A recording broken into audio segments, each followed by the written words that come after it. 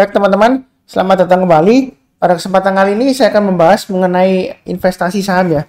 Jadi sebelumnya kalau Anda perhatikan di halaman channel YouTube Saham Profit ya, youtube.com Saham Profit, saya ada sesi baru di sini ya untuk playlistnya, yaitu investasi saham pilihan untuk 2022.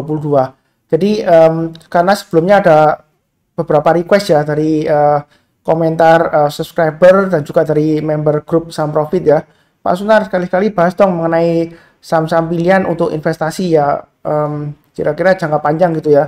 Mereka maunya jangka panjang ya, tapi saya kasih target ya paling nggak untuk 1 tahun lah ya, untuk tahun 2022.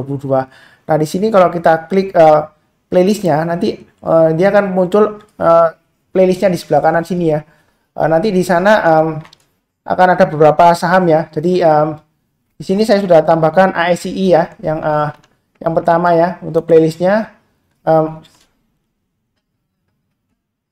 Jadi di sini saya akan mau menambahkan ya, hari ini saya akan menambahkan untuk satu saham lagi ya, yang untuk investasi untuk pilihan tahun 2022 ya.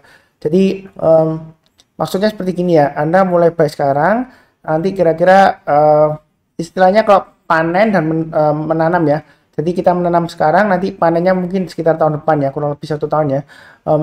Mudah-mudahan bisa dapat profit ya. Yang saya kasih ini targetnya kurang lebih ya sekitar 25% sampai 30% lah minim ya. Mudah-mudahan dikasih ya tahun depan ya, kurang lebih 1 tahunan. Jadi saya mulai bagikan, saya sudah bagikan ASI ya. Kali ini saya akan bagikan satu saham lagi, yaitu KLBF ya. Nah KLBF itu apa? Jadi KLBF itu untuk Kalbe Pharma ya.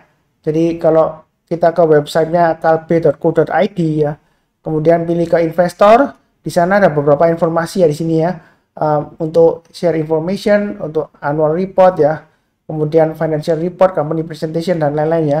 Jadi Anda bisa lihat juga laporan keuangannya ya di bagian, karena sekarang adalah semester pertama ya, jadi quarter 2 juga 2021 ya, istilahnya first half ya. Jadi quarter 2 2021 sudah keluar laporan keuangannya, jadi Anda bisa ikut baca. Nanti kita bahas mengenai laporan keuangannya ya. Tapi di sini saya pilih mengenai company presentation ya.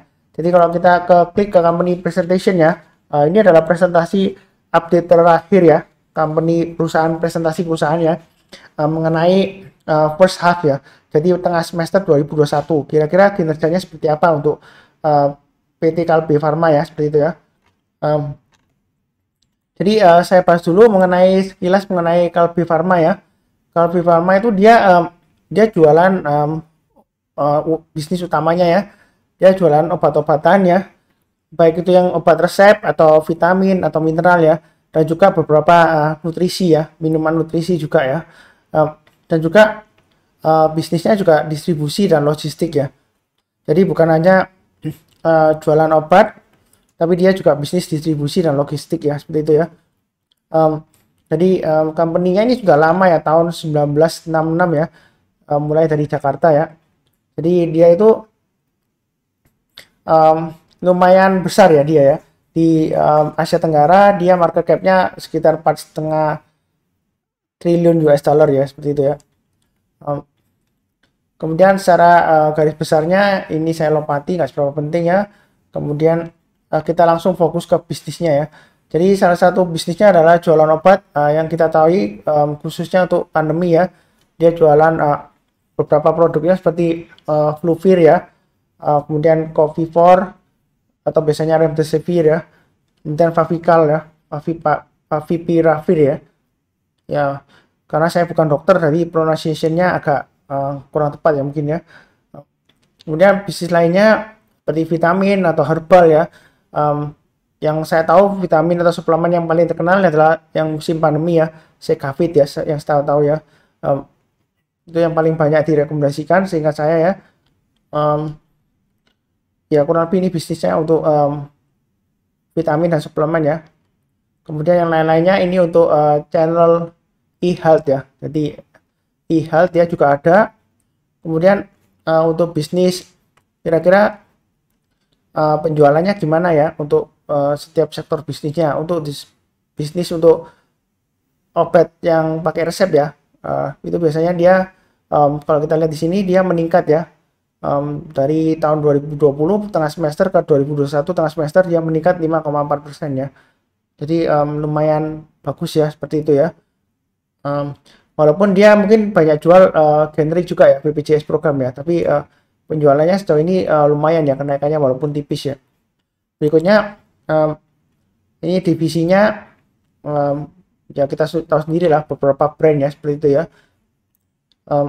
Ini saya skip. Kemudian dalam bidang kesehatan ya, health supplement ya, jadi seperti vitamin gitu ya. Jadi dia naik penjualannya 3,1%. Ini contoh-contohnya produk-produknya ya. Kemudian bagian nutrisi, jadi seperti susu ya, susu bayi, susu ibu ya. Kemudian ada kayak semacam nutrisi untuk fiber ini ya, Fitbar ya. Kemudian susu Entrasol ya. Kemudian ada jualan vitamin juga ya di sini ya. Jadi itu divisi nutrisinya memang penjualannya dia turun ya 0,5% ya. Tapi menurut saya sih lumayan oke lah ya.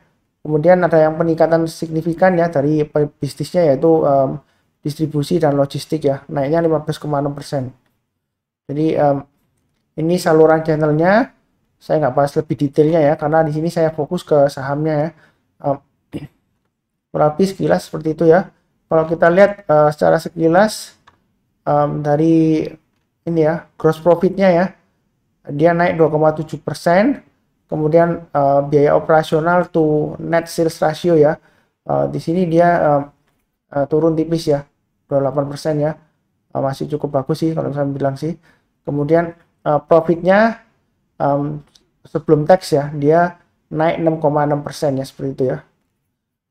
Kemudian net income-nya dia naik 7,9% ya. Nanti kita bahas ya mengenai detailnya di laporan keuangan ya. Jadi kalau ini debt and gearing ratio, kurang lebih rasio utangnya dia mulai ada penurunan sedikit lah ya.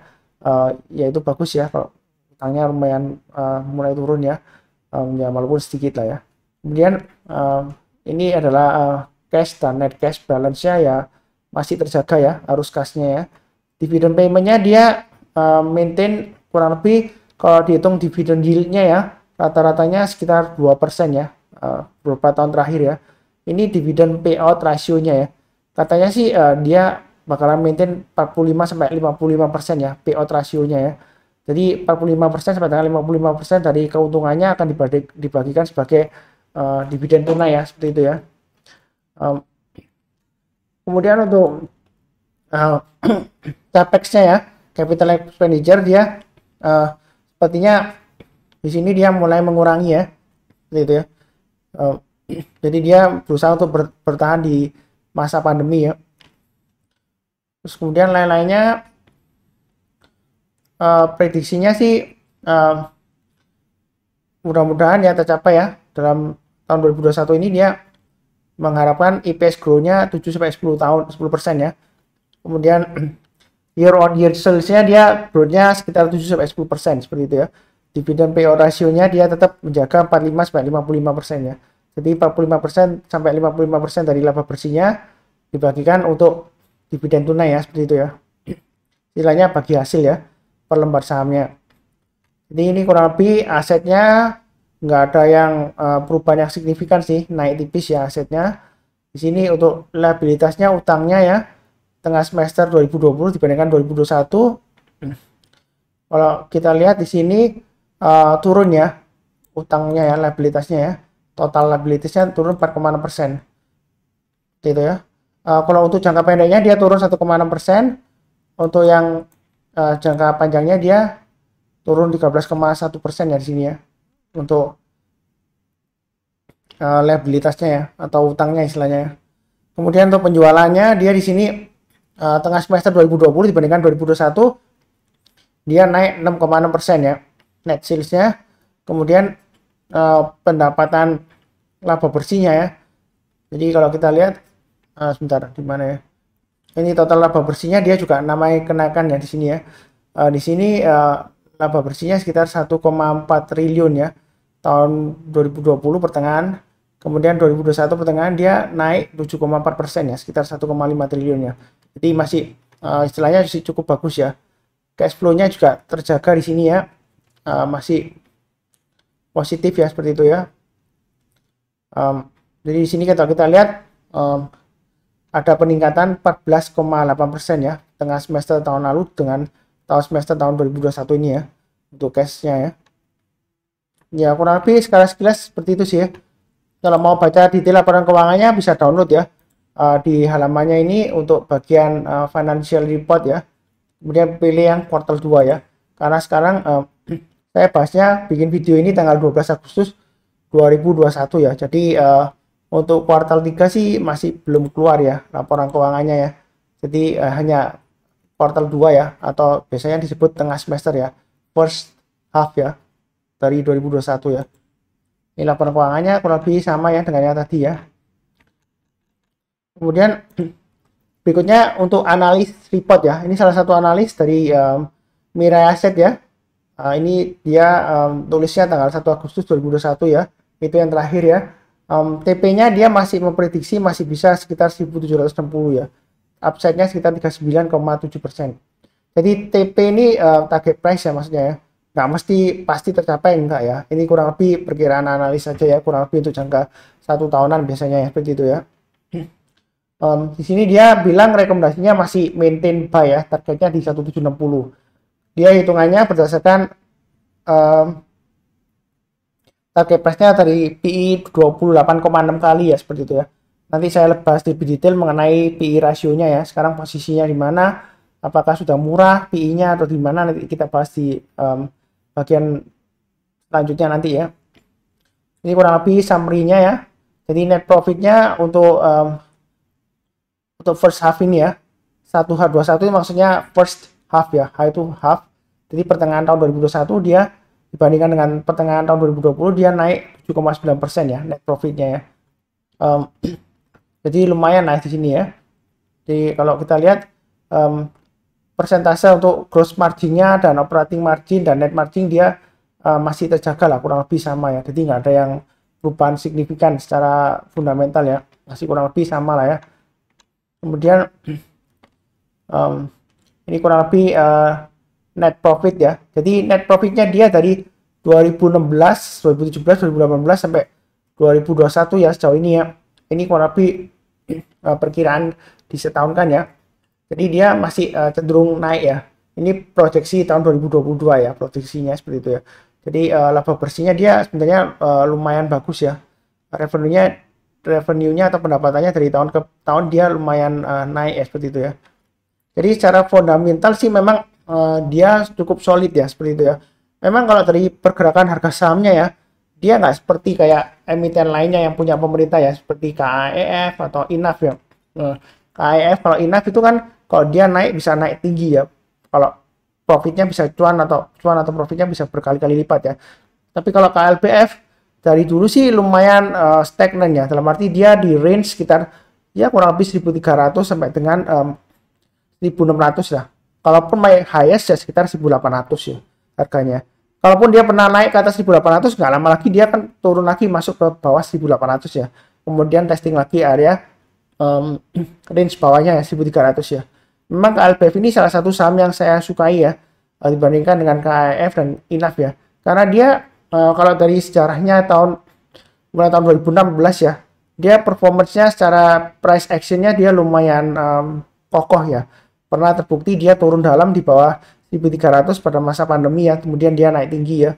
Jadi ini lebih PI band-nya ya. Kenapa saat ini lumayan murah ya, sekitar -2 standard deviation ya. Ini masih turun ya.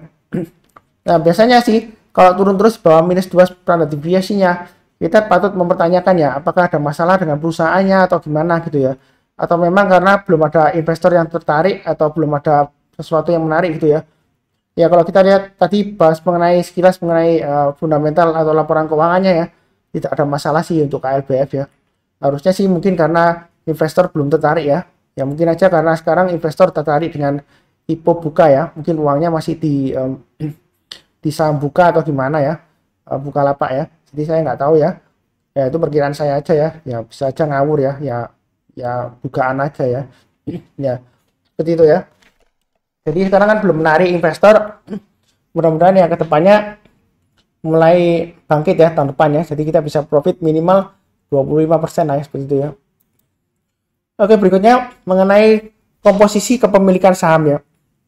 Kenapa saya bahas kepemilikan sahamnya? Karena ada orang yang bilang ya salah satu influencer juga di saham ya. Katanya sih kepemilikan saham itu pengaruh juga. Kalau nggak ada mayoritas pemegang sahamnya ya, apalagi kalau mayoritas pemegang sahamnya adalah masyarakat ya, nggak ada satu entitas PT atau pemiliknya atau pemegang mayoritasnya, biasanya perusahaannya jelek ya, seperti itu ya. Jadi manajemennya seperti apa nanti nggak ada yang kontrol ya, karena nggak ada pemegang mayoritasnya. Kalau kita lihat di sini kan mayoritasnya kan di masyarakat ya, pemegang sahamnya ya 42,73%. Nah pertanyaannya sekarang apakah ini perusahaan jelek gitu ya? Tempo hari ada influencer yang bilang kalau suatu saham yang pemegang sahamnya itu pemegang saham terbanyaknya masyarakat ya, kemungkinan sahamnya jelek ya nggak ada yang kontrol kendali ya, seperti itu ya. Tapi kalau kita perhatikan di sini sebenarnya kendalinya paling banyak ya, pemegang mayoritasnya itu di split 6 PT ya. Jadi ada PT Bina Arta, Girasole Prima, Ladang Ira Panen ya, Lucasta Murni Cemerlang, Dipta Nalat Bahana, kemudian dan Santasaha Senadi ya. Saya nggak tahu apakah pemiliknya sama juga PT ini, saya nggak bahas satu persatu ya PT-nya ya. Saya hanya fokusnya di Kalbe Farmanya ya, bukan di pemegang saham PT-nya ya, seperti itu ya. Jadi kalau kita lihat di sini ya nggak jelek ya, walaupun pemegang mayoritasnya masyarakat ya. Nah terbukti nanti dari price action-nya saya jelaskan juga, walaupun masa pandemi ya ternyata bisa diangkat juga naik tinggi ya. Kalau misalnya nggak ada pemilik mayoritasnya atau PT atau pemegang mayoritasnya di atas 50%, biasanya sahamnya nggak bisa bangkit ya kalau dia sudah turun dalamnya. Tapi terbukti kalau B Pharma ini bisa bangkit kembali ya, sudah pernah naik di atas 1.600 juga ya, seperti itu ya. Jadi berikutnya saya bahas mengenai fundamental grafik chartnya ya. Jadi kalau untuk secara fundamentalnya ini saya menggunakan Stockbit ya. Yang mau daftar Stockbit ya, Stockbit Pro ya, bisa menggunakan kode saham profit ya untuk mendapatkan diskon. Jadi di sini kalau kita lihat Stockbit itu adalah salah satu tools ya untuk fundamental chart ya. Di sini saya menggunakan PE band ya, standard deviation ya. Jadi kalau kita perhatikan di sini yang tengah-tengah yang oranye ini ya, 29,07 garisnya ini ya. Ini adalah minnya, standar rata-ratanya selama saya pakai 5 tahun ya. 5Y itu 5 tahun. Jadi rata-ratanya di 29,07 ya, itu PI-nya ya. Nah, sekarang posisinya di sekitar PI terakhir ini berdasarkan datanya dia di sekitar 21,52 ya. Ini tanggal 11 Agustus ya. Jadi 21,52 ini kurang lebih dia sedikit di atasnya minus 2 standar deviasinya ya. Jadi kalau berdasarkan statistik ya, kalau kita bicara mengenai distribusi yang normal ya, dia biasanya jatuhnya antara sekitar minus 2 sampai dengan plus 2 standar deviasinya ya. Jadi maksimum minus 2 ya. Kalau dia turun di bawahnya minus 2 standar deviasi ya, sebenarnya kita patut mempertanyakan ya, kenapa kok PI-nya makin murah ya? Kalau dibandingkan 5 tahun, dia di bawah standar deviasi minus 2 rata-ratanya ya. Nah, apakah perusahaannya jelek ya? Kalau tadi kita bahas mengenai fundamentalnya, nggak ada yang faktor yang jelek ya. Ya mungkin aja belum ada investor yang tertarik ya. Ya ini saatnya yang kita beli ya. Kalau kita berminat ya, nanti saya jelaskan lebih lanjut.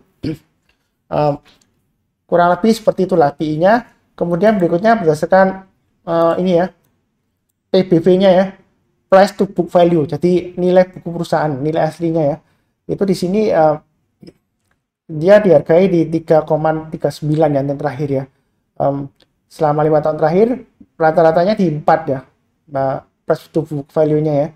Jadi ini sudah mendekati tapi masih di atasnya standar deviasi minus 2 ya. Jadi tergolong cukup murah lah ya dengan harga sekarang ya untuk KLPF ya. Kalau berdasarkan PI dan PBV band ya. Kenapa saya mau menggunakan PI rasio band dan PBV band standar deviasi ya? Karena kalau kita bicara mengenai analis ya fundamental ya. Kalau kita hubungkan antara fundamental dengan price di market ya, harga pasar ya. Nah, ini contohnya kalau analis ya, ini analisa sebelumnya, analis ya. dari Miraset dia juga menggunakan PE band ya. Ini min itu rata-rata ini standar deviasi +1 +2, ini -2 ya. Jadi kalau sudah di -2 itu biasanya murah ya. Kalau di bawahnya lagi lebih murah lagi. Memang hati-hati ya kalau lebih murah lagi ya. Kita patut mempertanyakan kenapa dia lebih murah lagi. Tapi kalau dari laporan keuangannya sih cukup oke ya, nggak ada masalah ya. Harusnya sih ya karena belum ada investor yang tertarik aja ya, ya seperti itu ya. Dan mudah-mudahan kedepannya masih bisa bagus ya. Kemudian sekilas mengenai sejarahnya ya, ini mulai tahun kita lihat dari income statementnya ini ya. Income statement ya, laporan rugi laba tahunan ya. Kalau kita lihat per tahunan ini dalam full year 2020, 2019 dan seterusnya ya. Ini yang terakhir di sini sebelah kiri ya. Sebelah kanan ini yang sebelumnya ya. Kalau kita lihat dari kanan ke kiri ya, kembali ya. Nah, kalau dari kanan ke kiri kita lihat di sini pendapatannya dia selalu naik ya. 17, 19, 20, 21, 22, 23,1 ya. Kemudian laba bersihnya tahun berjalannya ini juga selalu mengalami kenaikan ya, laba bersihnya ya. Jadi EPS-nya pertumbuhannya sih lumayan terjaga ya di sini ya. Earning per share-nya ya. Jadi setiap lembar saham itu dia menghasilkan berapa rupiah ya. Nah, ini dia lumayan ada kenaikan ya. Ini dari 2015 sampai 2020. Jadi secara fundamental dia lumayan bagus sih kalau saya bilang ya. Kemudian kalau kita lihat dari balance sheet-nya ya. Dia nggak ada aksi korporasi yang aneh-aneh ya. Jumlah sahamnya yang beredar tetap sama ya. 47 ya. Nggak ada aksi right issue gitu ya. Penerbitan saham baru atau penerbitan warrant dan lain-lain yang membuat saham beredarnya jauh lebih banyak ya. Gitu ya. Jadi masih worth it lah untuk di keep ya. Jadi bukan tipe company yang suka menerbitkan saham baru terus right issue terus ya. Sehingga akhirnya kepemilikan investor jadi terdilusi ya, atau kepemilikan masyarakat jadi terdilusi karena penerbitan saham baru kalau kita nggak nebus ya, seperti itu ya. Jadi sejauh ini sih tetap bagus ya. Kalau dari ekuitasnya sih total ekuitasnya ya dia naik terus ya, mulai 2015 dia naik terus ya. Jadi lumayan bagus lah. Kenapa kalau saya suka banget dengan KLBF ya. Walaupun pergerakan harganya itu sahamnya nggak kemana-mana ya. Dari dulu juga sekitar 1.300 sampai dengan 1.600 lah. Nah, ini kalau dari segi insider ya, pergerakan pembelian atau penjualan yang dalam jumlah besar ya. Terakhir kalau kita lihat di sini ini pemilik mayoritas utamanya ya. Kalau kita lihat sebelumnya komposisi pemegang sahamnya ya. Di sini kan ada ladang ira panen, kemudian di sini kan ada ya ladang ira panen, dia masih nambah kepemilikannya ya. Agustus ya, di bulan Agustus. Kemudian PT Santa Sanadi ya, dia juga masih ini ya, Santa Sanadi dia masih menambah kepemilikannya ya. Jadi kalau dilihat dari Mei ini sampai 2 Agustus ya, pemegang saham yang di atas 5% ya, dia menambah kepemilikannya ya, gitu ya. Jadi ya paling nggak menambah kepercayaan kita lah, itu masih worth it lah, masih berharga kalau kita mau mulai koleksi sekarang ya, mumpung harganya masih cukup murah ya, seperti itu ya. Nah, itu kurang lebih secara bicara mengenai fundamentalnya. Kemudian kita bahas ke analisa teknikalnya ya. Kita masuk ke fokus ke price actionnya ya. Jadi saya langsung mulai ke price actionnya. Bentar ya, saya ganti windownya dulu ke AMI Broker ya. Nah, ini saya sudah ganti ke AMI Broker. Nah, kita lihat di sini ini weekly chartnya ya. Grafik mingguannya untuk AMI untuk KLBF ya. Jadi ini yang terakhir di bulan Agustus ya. Minggu, sebentar saya lihat di sini minggu kedua lah hitungannya ya. Jadi di minggu kedua ini sejauh ini dia kurang lebih testing area support ini ya, sekitar 1240 sampai dengan 1260-an. Ya kan? Ini saya tarik dari mana Pak Sunar? Dari kurang lebih ini ya. Ini sebelumnya dia swing low-nya ketika dia 2019 jatuh, kemudian dia berhasil bangkit ya, seperti itu ya. Ini sebelumnya, ini masa pandemi dia jatuh total sampai pernah jatuh di bawahnya ini ya, 830 ya, lowestnya ya. Nah, dia buktinya berhasil naik lagi ke atas 1600. Kalau misalnya seperti yang pernah dikatakan salah satu influencer ya, kalau pemegang saham mayoritasnya itu masyarakat yang pegang ya, nggak ada PT atau entitas induk atau pemilik perorangan atau gimana, biasanya nggak ada kendali atau gimana ya, buktinya dia masih bisa mengangkat ke atas ya harganya ya. Jadi yang saya suka dari KLBF ini ya, pergerakannya memang kalau kita lihat secara garis besar ya, dia nggak kemana-mana. Ini sideways ya, kalau secara besar ya, sideways ini, nggak naik terus gitu ya. Jadi sideways lebar ya. Jadi kalau kita tarik garis support dan resistennya untuk mingguannya, harga sekarang kan di 1290. Jadi kurang lebih entry-nya bagaimana Pak Sunar plan-nya? Kalau mau buy sekarang boleh ya. Walaupun masang stop loss-nya ya, kalau misalnya buy sekarang mungkin bisa pasang 1240 ya dan 1155. Jadi kalau buy sekarang, kalau dia turun bayar 1240 ya jual dulu sebagian, kalau turun lagi bayar 1155 jual dulu semuanya. Karena kalau di bawah 1155 dia pasti akan turun lagi ke bawah ya. Nah, kita patut mempertanyakan, loh, kenapa kok turun lagi ya? Memang kalau investasi kok pakai stop loss Pak Sunar, ya tetap aja ya, tetap harus pakai stop loss ya, bukan hanya trading yang pakai stop loss, enggak ya. Kenapa investasi pakai stop loss ya? Mungkin ada sesuatu yang buruk ya, atau yang fatal gitu ya, maka sebenarnya harganya turun. Kecuali ada faktor lainnya ya. Kalau sejauh ini sih nggak ada berita buruk ya kalau KLBF ya. Yang mudah-mudahan aja nggak ada ya. Setahu saya sih nggak ada. Nanti kalau ada yang tahu ya silakan komentar aja. Nanti saya cek kebenarannya ya. Kalau di sini kalau kita lihat target price-nya untuk tahun depan ya, saya ambil yang sekitar 1635 ya. Itu yang pertama. Jadi reward-nya 26,74%. Resiko maksimum sekitar 10,47 ya. Kalau dia gagal turun di bawah 1155 kita jual dulu semuanya. Kalau di tengah-tengahnya antara ini ya 1240 sampai dengan 1635, kalau mau tambah lagi ya silakan tambah ya, tambahnya bertahap aja. Kan sebelumnya seperti ini ya. Kalau dia naik ya dia bertahap naiknya ya. Memang di tengah kenaikannya ada koreksi ya. Koreksi kesempatan tambah ya. Selama dia bertahan di atas 1240 ya, seperti itu ya. Dia masih peluang sampai target 1635.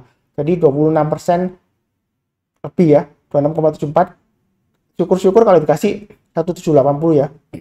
Memang tahun 2021 ini dia pernah naik sampai ini ya 1960 ya. Ya kalau kita laki ya sampai 1960 ya lumayan, lebih dari 40% ya, seperti itu kenaikannya ya. Nah Pak Sunar, kenapa Pak Sunar sangat suka banget dengan KLBF ya? Jadi mulai tahun ini ya 2014 ya, untuk KLBF ya, itu dia untuk tembus high-nya ya, kalau dia turun ke bawah, kalau naik lagi dia selalu berhasil mencapai di atas batasan 1635 ya. Nah kalau kita lihat ini 2014 dia tembus ke atas 1635 kan, ya pernah di bawahnya ya, setelah ini ya, setelah dia sebelumnya di bawahnya awal tahun 2014 terus naik ya, kemudian dia sideways turun ya. Nah turun ini 2015, tapi kan 2015 kan dia masih tetap di atas 1635 ya. Jadi maksud saya kalau kita dari bawah ya, lihat ya, dia bisa naik sampai ya minimal kalau kita tunggu kurang lebih 1 tahun lah ya, dia bisa ke 1635 ya. Ya lumayan 26% lebih ya kalau dari harga sekarang. Kemudian dia koreksi ya, naik lagi bisa ke 1635 ya di sini ya, bahkan naik ke 1780. Makanya saya kasih 2 target di sini ya. Kemudian dia pernah turun di bawahnya 1635, dia berhasil naik lagi ya. Pernah turun banyak 1635 ya, kurang lebih di area supportnya ini ya 1240 sampai 1260. Dia berhasil naik lagi. Jadi intinya selama dia bertahan di atas 1240, dia resikonya kecil ya. Jadi rewardnya besar ke 1635. Ya ini pernah tembus ke bawah, tapi di sini kalau kita perhatikan candlenya cuma sedikit aja ya, 1, 2, 3 aja ya. Di sini memang banyak ya. Tapi kan saya sudah sebutkan stop lossnya di 1240. Kalau dia sampai turun di bawah 1240 ya berikutnya 1155 ya maksimum ya. Jadi di sini hanya ada 1 candle aja yang nyentuh ya. Ya jadi nggak banyak ya. Di sini memang ini masa pandemi ya. Jadi panik, orang jual-jual semua ya. Seperti itu ya. Jadi saya rasa sih nggak ada kepanikan yang berlebihan setahu saya ya untuk KLBF ya. Mudah-mudahan aja masih bisa ke 1635 ya.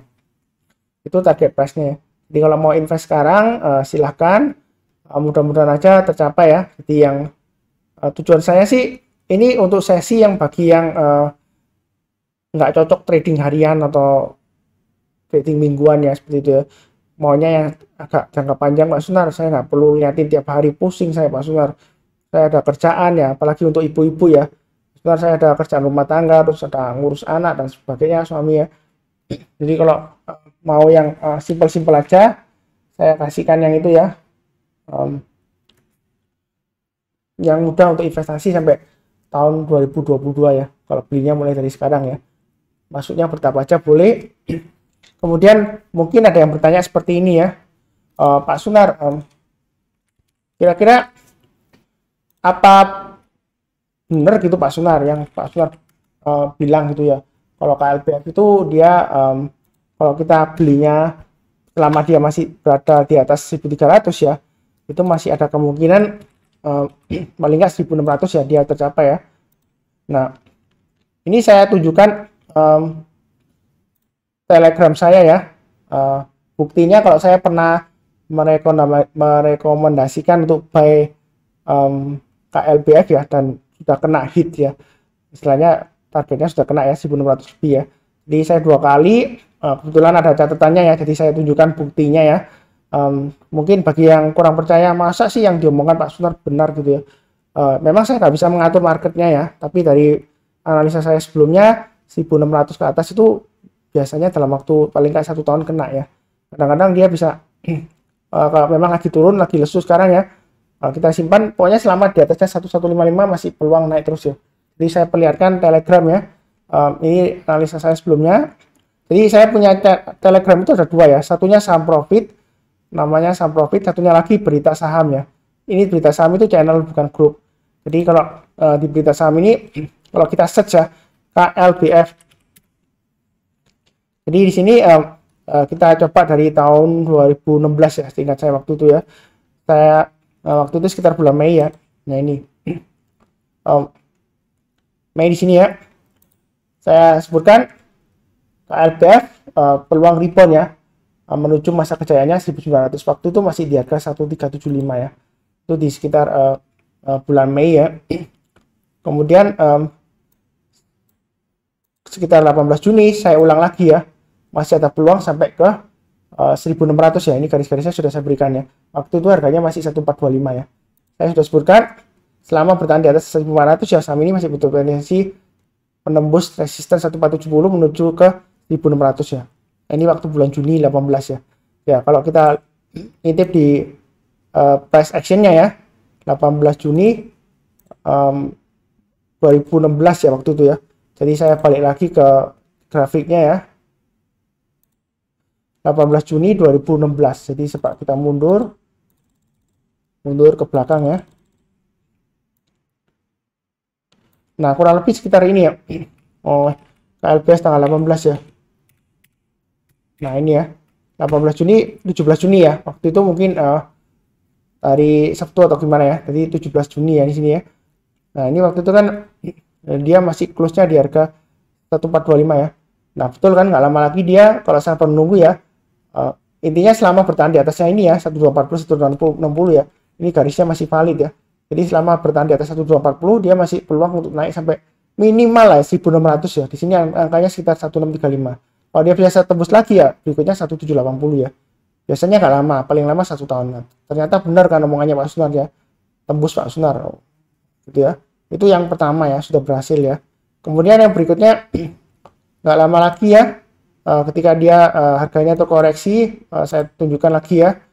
Di sini 26 Februari. Ketika waktu itu ya, 26 Februari 2017 ya, dia harganya sekitar 1495. Saya bilang waktu itu ya, dia masih cukup bagus ya, selama dia bertahan di atasnya 1450 ya. Dia masih potensial untuk mencapai target 1555 ya, 1555 dan 1610 ya. Ini waktu itu saya bikinnya sekitar 26 Februari 2017 ya. Ini di channel berita saham ya. Jadi berita saham kalau diklik ya, channel resmi dari sahamprofit.co.id. Ini punyanya saya juga ya, sahamprofit.co.id ya. Jadi di sini ini nggak bisa dibuat-buat ya. Ini sejarahnya yang sudah saya buat sebelumnya ya. Sekitar lebih dari 4 tahun yang lalu ya. Jadi saya sudah lama di saham ya, bukan barusan aja di saham ya. Sudah 4 tahun lebih ya. Sebenarnya saya mulainya dari 2013 ya. Jadi mulai aktif di channel di Telegram sekitar 2016 ya. Ini berita saham kita 2017, ini 26 Februari ya. Oke, kita lihat 26 Februari 2017. Kembali lagi ke chartnya ya. Apa betul sih nanti setelah 26 Februari 2017 dia bakalan tembus lagi ke 1600 ya? Bener nggak sih yang dia omongkan Pak Sunar ya? Seperti itu ya. Kita lihat 26 Februari ya waktu itu ya. Jadi sekitar 24 Februari ya. Waktu itu kan waktu weekend mungkin ya. Di sini ya waktu sekitar harganya masih sekitar close-nya 1495 ya, 24 Februari 2017 ya. Ya. Sini 1495 kan sama kan. 1495. Jadi di sana saya menyebutkan ya masih ada peluang untuk naik ke 1600-an lebih ya. Minimal ya 1610. Nah, ini ternyata nggak lama lagi dia tebus kan ya seperti itu. Ya nggak sampai 1 tahun lah ya, bukan berarti langsung besoknya enggak ya. Ya beberapa bulan ya, tapi kan nggak sampai 1 tahun ya. Kalau dihitung ya ini 1780 kena juga ya gitu loh. Kalau kita pasang target 1780 ya kena gitu ya. Ini tahun 2017 kena, kemudian 2016 1780 juga kena ya. Kalau dia turun ke bawah selama bertahan di atas 1240 ya intinya ya gitu ya. Kalau dia makin turun terus apalagi maksimum ya, toleransi kita maksimum 1155 ya gitu ya. Ini tahun 2018 ya. Ini sampai 1635 aja. 1780 nya dia nggak sampai ya untuk tahun 2018. Tahun 2019 kita lihat nggak sampai 1780 tapi 1635 sampai ya. Nah, tahun 2020 ketika dia hancur banget ya waktu panik corona, ini dia rebound sampai 1635. Jadi minim lah jeleknya sejauh ini track recordnya 1635. Kalau kita buy and hold ya sabar ya 1635 tercapai ya. Kalau laki ya ini 1780 tercapai ya. Terserah sih mau take profit di 1635 atau 1780.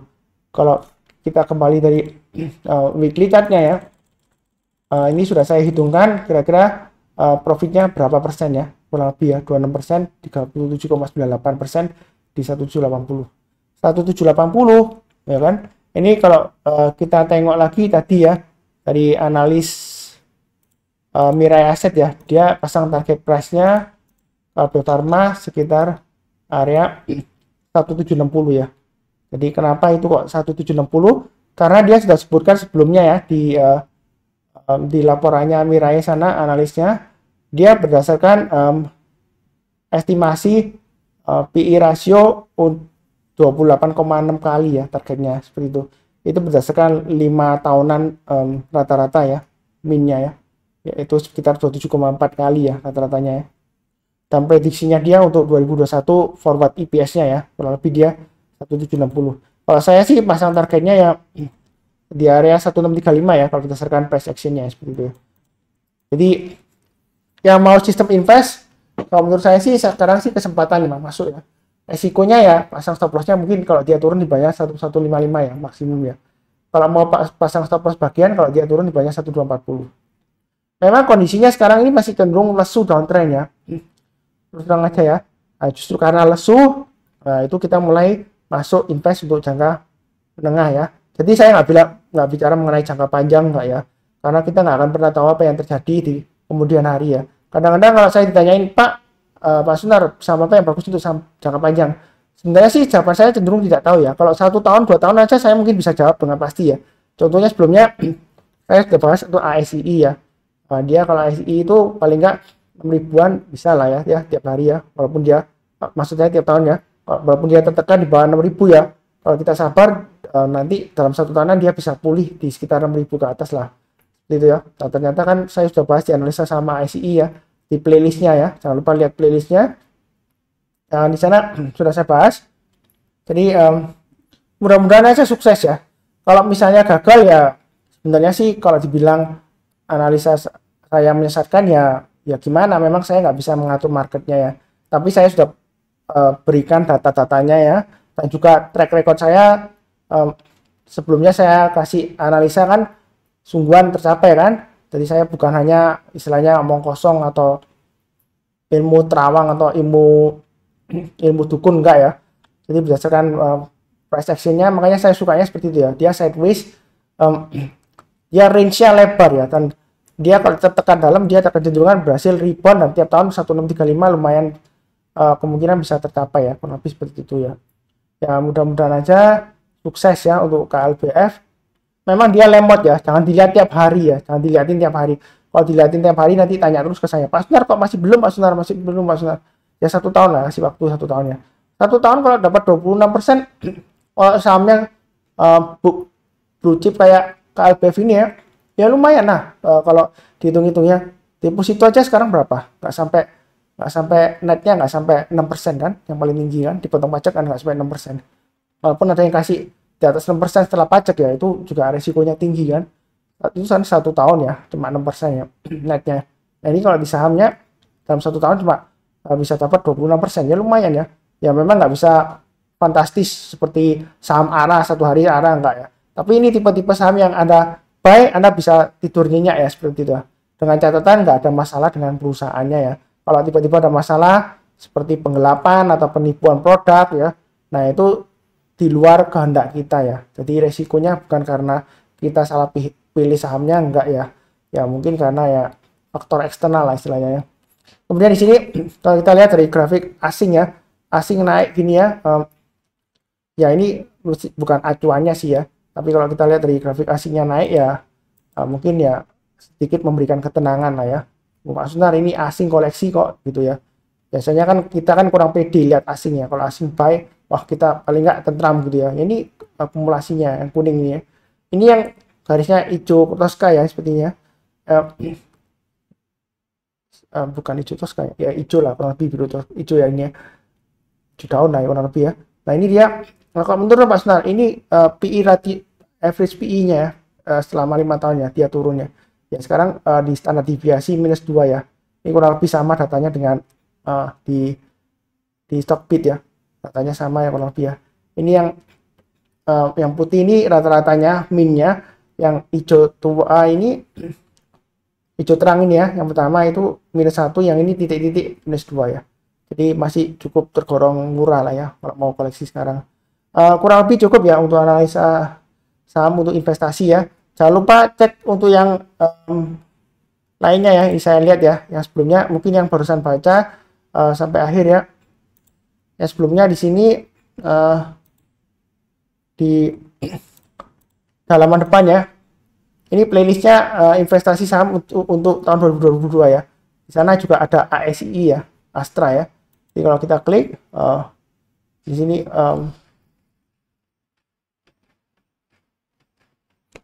lewati iklan. Nah ini saya sudah bahas. Nah ini ASI ya. Di sana saya sudah bahas mengenai ASI ya. Jadi silakan dibaca sendiri ya. Kurang lebih ya seperti itu. Ini halaman websitenya. Kalau mau download laporan keuangannya, kalau mau baca-baca ya. Kurang lebih cukup ya. Sekian. Jangan lupa subscribe ya. Kalau yang baru join, bantu juga like. Kalau ada pertanyaan atau komentar, silakan tulis di dalam komentar ya seperti itu ya. Seperti biasanya, saya doakan juga salam sehat selalu, damai dan sejahtera ya. Amin.